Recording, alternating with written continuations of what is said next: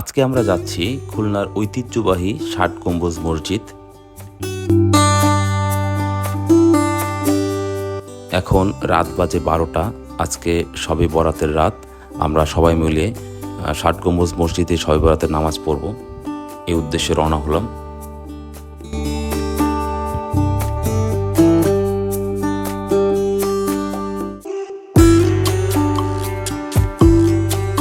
এখন আসলাম রূপসা সেতু।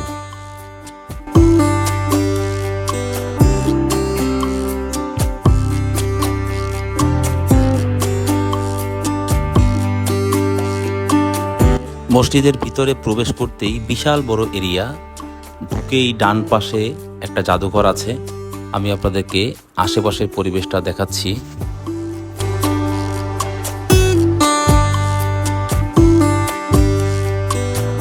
এটি সুলতানি আমলের বাংলাদেশের একটা বৃহত্তম মসজিদ, যেটা 1352 থেকে 1576 সালের মধ্যে নির্মিত হয়েছিল ধারণা করা হয়।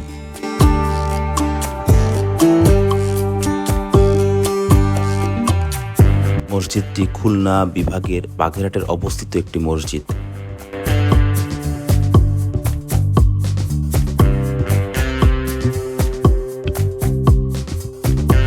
৬০ গম্বুজ মসজিদটি ৬০ গম্বুজ মসজিদ নামেও পরিচিত ছিল এক সময়।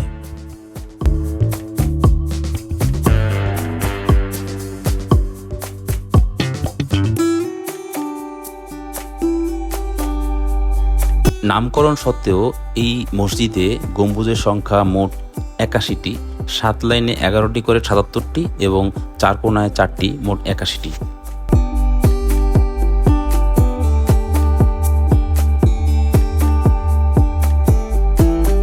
এই মসজিদের দেয়ালের পুরুত্ব ৮.৫ ফিট।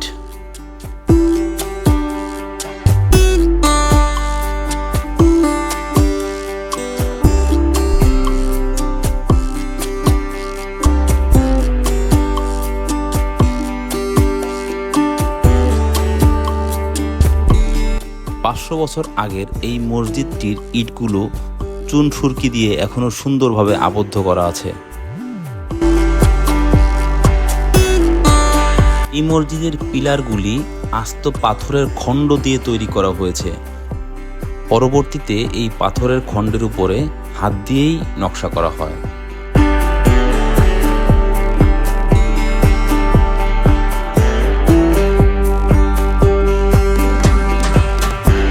দেখতে পাচ্ছেন মসজিদের মিম্বার, যেখানে সবগুলোই আস্ত পাথরের খণ্ড রাখা হয়েছে। পরবর্তীতে হাত দিয়ে প্রত্যেকটা পাথরের উপরে সুন্দর করে কারুকার্য করা হয়েছে আজ থেকে ৫০০ বছর আগে। এই নিপুণ কারুকার্য এখনো আগের মতোই সুন্দর আছে এখানে।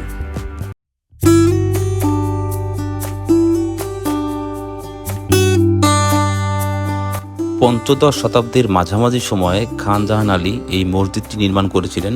সেই সময়ে ১২টি মসজিদ তিনি তৈরি করেছিলেন, তার মধ্যে বহু গম্বুজ মসজিদ বৃহত্তম এটি।